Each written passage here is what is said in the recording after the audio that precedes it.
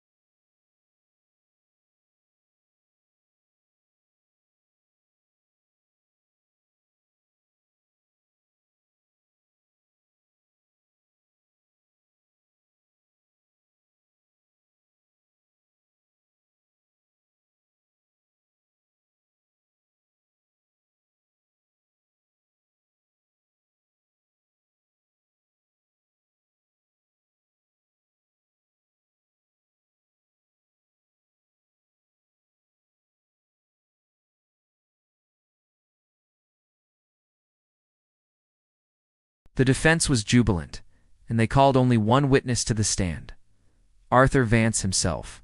It was a bold move, a gamble designed to let Vance charm the jury and put the final nail in the prosecution's coffin. Vance took the stand, radiating charisma. He answered every question with poise and grace. He spoke of his passion for his company, his dedication to his employees. He was masterful. He explained the complex financial dealings in simple, relatable terms, making them seem like standard business practices. He expressed regret that things had gone wrong, but he took no responsibility. It was the performance of a lifetime. The jury was captivated. Then it was Ramirez's turn for cross-examination. The courtroom was silent. Everyone expected her to rehash the old evidence, to try and trip him up on the details he had so cleverly spun. But she didn't. She started calmly, asking him about his early life, his first job, the founding of his company. It seemed aimless, and the judge even looked a bit impatient. Vance answered everything with a folksy charm, telling stories of his humble beginnings. Then Ramirez shifted. She brought up a small, seemingly insignificant detail from a document buried deep in the thousands of pages of evidence. It was a travel expense report from 15 years ago, a trip to a small town in Ohio. The defense objected irrelevant, but Ramirez insisted, and the judge, intrigued, allowed her to continue. "Mr. Vance," she said, her voice steady, "you expensed a dinner for two on that trip. The receipt was from a small, family-owned restaurant. Do you remember who you had dinner with?" Vance laughed it off. "S. Ramirez. That was 15 years ago. I have no idea. Probably a local supplier or something." Ramirez paused, letting the silence hang in the air. Then she projected a photo onto the courtroom screens. It was a grainy, old photograph of two people at a dinner table. One was a much younger Arthur Vance. The other was a man the courtroom didn't recognize. "Is this the dinner, Mr. Vance?" she asked. He squinted. "It might be. I can't be sure. Let me help you," Ramirez said, her voice hardening. "The man you're having dinner with is named David Miller. Does that name mean anything to you?" Vance's confident demeanor faltered for the first time, a flicker of something annoyance. Fear crossed his face. "No," he said, a little too quickly. "I don't know any David Miller."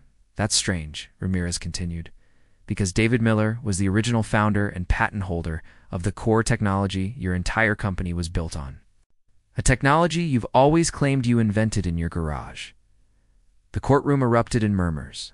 The defense lawyers were on their feet, shouting objections. The judge slammed his gavel, calling for order. Ramirez wasn't finished. She presented more evidence.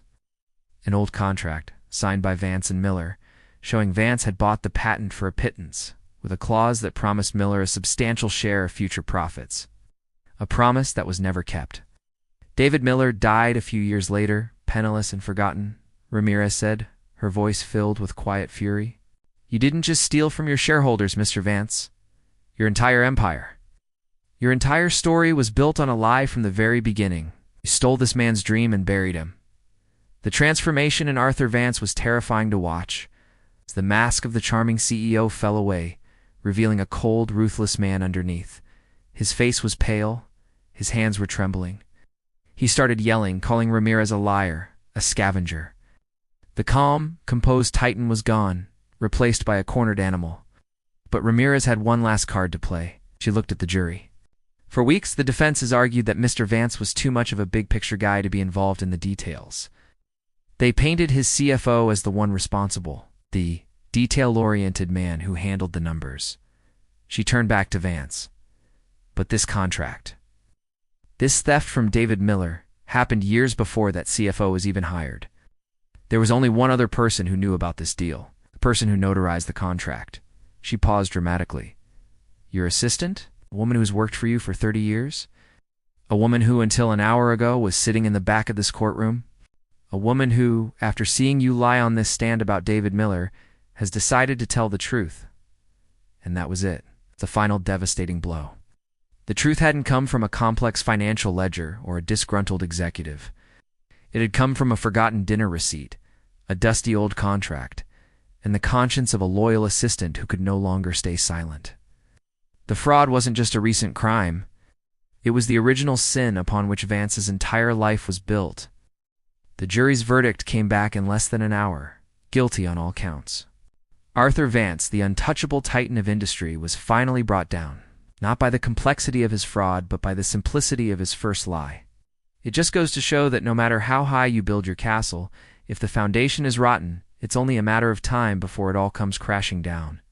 Thanks for watching. It's stories like these that remind us that the truth often has a way of finding the light, even when it's buried deep. If you found this story as compelling as I did, don't forget to hit that like button and subscribe for more deep dives into fascinating cases. See you next time.